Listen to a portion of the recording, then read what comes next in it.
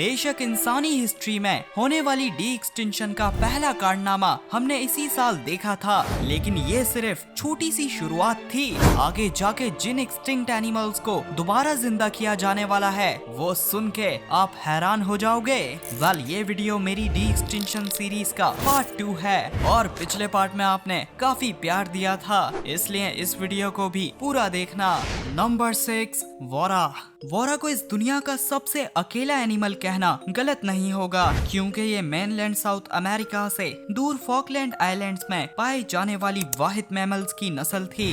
वोरास या जिन्हें Falkland islands wolf भी कहा जाता है, इतनी मिस्टीरियस थी कि जब 1833 में चार्ल्स डार्विन ने इन्हें देखा था तो वो भी हैरान हो गए थे कि वुल्फ्स इस आइलैंड में आई कैसे होंगी। खैर बाद में मालूम हुआ कि चंद हजार साल पहले आइस एज के दौरान जब मेनलैंड साउथ अमेरिका और फॉकलैंड आइलैंड्स कनेक्टेड थे तो वोरास अपने पसंदीदा शिकार पेंगुइन्स का पीछा करके इधर आके आइस एज खत्म होने तक आइसोलेट हो गई थी। दोस्तों, डार्विन ने अपने विजिट के दौरान इस स्पीशीज की एक्सटेंशन भी प्रिडिक्ट कर ली थी, क्योंकि यहाँ भी डोडो वाली सिचुएशन थी, यानी इन एनिमल्स ने आइसोलेशन की वजह से इंसानों और प्रेडेटर्स के लिए डर इवॉल्व नहीं किया था, इसलिए बिल्कुल डोडो की तरह यूरोपियंस ने अपनी हरकतों की वजह से इनकी पूरी नस्ल को खत्म कर दिया था। पर दोस्तों, उम्मीद है इनका जो आज हमारे पास कुछ फ्रेगमेंटेड डीएनए है उससे हम आने वाले दिनों में इतनी इंफॉर्मेशन हासिल कर लें कि जिससे हम इनके एवोल्यूशनरी कजन्स मेंट वुल्फ जो साउथ अमेरिका में पाई जाती हैं, उनमें क्रिस्पर टेक्नोलॉजी से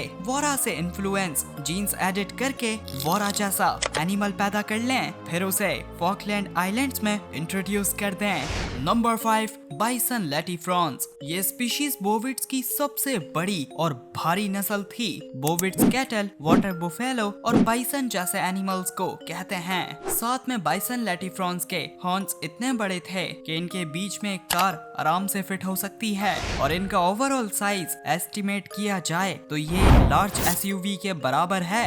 बाइसन लैटिफ्रॉन्स नॉर्थ अमेरिका को नेटिव थे और आइस एज खत्म होते होते साथ में इंसानों की हंटिंग की वजह से 13,000 साल पहले एक्सटिंक्ट हो गए थे। बात रही इन आइस एज के जायंट्स को वापसी लाने की, तो देखो इनकी अब तक कोई प्रिजर्व बॉडी नहीं मिली है जिससे इनका डीएनए एक्सट्रैक्ट किया जा सके, पर इसका मतलब हरगिज ये नहीं है कि इन्हें डी एक्सटिंक्ट नहीं किया जा सकता, क्योंकि अमेरिकन बाइसन आज जिंदा हैं। ये नस्ल बाइसन लैटिफ्रॉन से ही इवॉल्व हुई थी और टेक्निकली इन्हीं का काफी छोटा और वीक वर्जन है, इसलिए हम अमेरिकन बाइसन में सेलेक्टिव ब्रीडिंग का इस्तेमाल कर सकते हैं। यानी अगर हम कुछ बड़े साइज और हॉर्न वाली अमेरिकन बाइसन को ब्रीड करेंगे तो उनके बच्चे भी वैसे होंगे, और मजीद उनको ब्रीड करने में हमें बड़े हॉर्न और साइज वाली ट्रेड्स और ज्यादा जाहिर होंगी। आखिर में कुछ हद तक दुनिया में बाइसन लैटिफ्रॉन जैसा एनिमल वापसी आ जाएगा। खैर आपको याद दिला दूं, इसी सेलेक्टिव ब्रीडिंग से हमने वुल्फ से डॉग्स बनाए, रेड जंगल फाउल से चिकन्स और वाइल्ड बोर से पिग्स।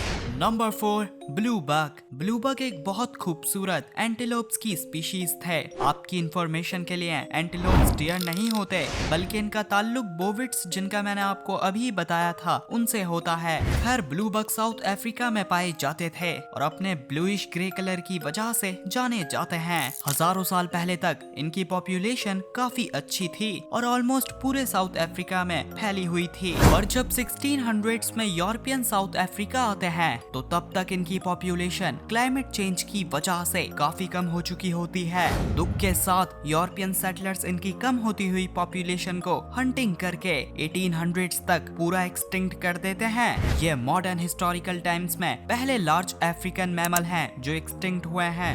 आज कुछ यूरोपियन म्यूजियम्स में इनके चंद प्रिजर्व स्पेसिमेन तो मौजूद हैं, लेकिन ज्यादा अच्छी बात यह है कि इनके बहुत ही करीबी रिलेटिव्स सेबल एंटीलोप्स जिंदा हैं। इसलिए जो फास्टेस्ट और एफिशिएंट वे होगा ब्लूबग को डी एक्सटिंक्ट करने का वो ये है कि सेबल एंटीलोप्स जो कलर के अलावा फिजिकली और हॉर्न शेप में काफी सिमिलर हैं ब्लूबग्स से, उनके सेल में कलर के जीन्स एडिट कर दिए जाएं और फिर फीमेल होस्ट से एक ब्लूबग जैसा एनिमल पैदा कर लिया जाए।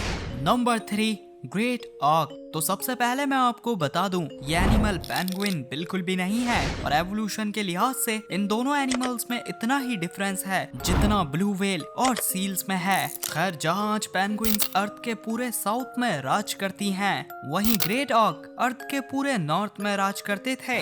लंबे अरसे से इन फ्लाइटलेस बर्ड्स की बहुत ही अच्छी रेंज और पॉपुलेशन थी, पर इनका डिक्लाइन 1500 से शुरू होता है, जब यूरोपियन सेलर्स हद से ज्यादा ग्रेट ऑक को उनके गोश्त के लिए हंट करते हैं। इवन 1844 को एक छोटे से आइलैंड में ग्रेट ऑक का एक लास्ट पेयर बचा हुआ था, उसे भी किसी यूरोपियन के जरिए हंट कर दिया जाता है। अच्छी खबर यह है कि हमारे पास म्यूजियम्स में इनके कई प्रिजर्व्ड स्पेसिमेंस और एग्स मौजूद हैं।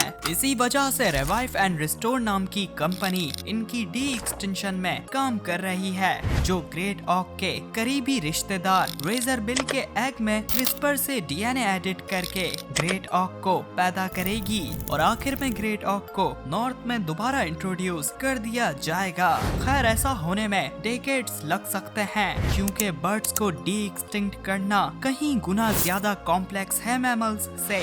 नंबर 2, होमोथेरियम। आइस एज के दौरान सेबर टूथ कैट सबसे अहम शिकार करने का रोल निभाया करती थी और सेबर टूथ कैट्स का नाम सुनते ही मुझे पता है आपके दिमाग में स्माइलोडॉन का नाम आया होगा, पर असल में ये स्माइलोडॉन सिर्फ साउथ और नॉर्थ अमेरिका तक ही लिमिटेड थे।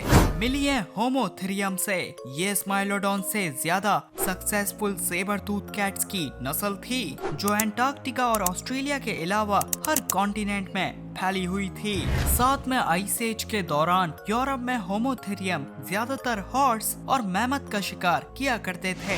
वैसे स्माइलोडॉन के मुकाबले इनके कैनाइन्स थोड़े छोटे थे, पर हाँ, इनके लिम्स स्माइलोडॉन से बड़े थे।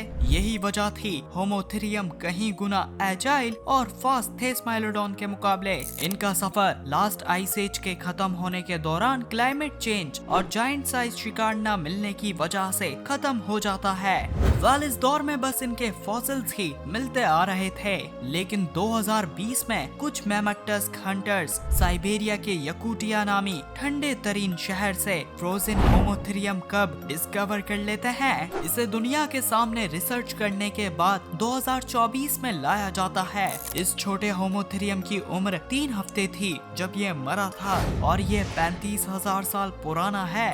मुमकिन है इससे आने वाले दौर में कुछ हद तक जीनोम सीक्वेंस हो जाए और मॉडर्न डे कैट में से किसी एक स्पीशीज को चुनकर उसके अंदर म्यूटेशन करके एक सेबर टूथ कैट पैदा भी कर ली जाए। लेकिन हाँ, ये एनिमल लार्ज प्रे ना होने की वजह से किसी नीश में तो फिट नहीं हो पाएगा, इसलिए इसे फ्यूचर के जू वगैरह में अट्रैक्शन के लिए इस्तेमाल किया जा सकता है।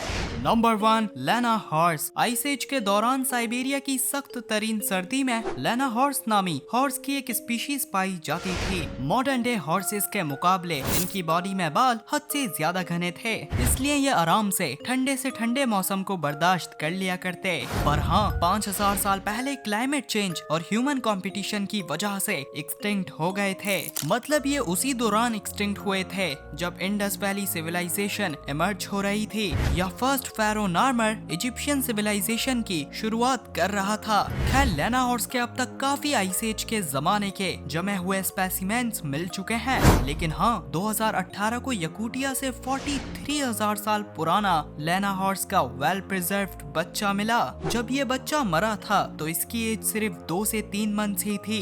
सबसे अहम बात यह है कि ये आइस एज का सबसे पुराना स्पेसिमेन है जिसकी बॉडी से लिक्विड ब्लड मिला है, इसलिए साइंटिस्ट इसके ब्लड से डीएनए को एक्सट्रैक्ट कर रहे हैं। और अगर ऐसा हो गया तो मॉडर्न डे हॉर्स को सरोगेट चुनकर इनसे लेना हॉर्स इंटायरली क्लोन करके डी एक्सटिंक्ट कर लिए जाएंगे। क्लोनिंग की वजह से ये एनिमल लेना हॉर्स जैसा नहीं बल्कि 100% लेना हॉर्स ही होगा। और अगर इस सीरीज का पार्ट 3 देखना चाहते हो तो 5K लाइक्स का टारगेट पूरा करवा दो। मिलते हैं नेक्स्ट वीडियो में। Take care, bye bye.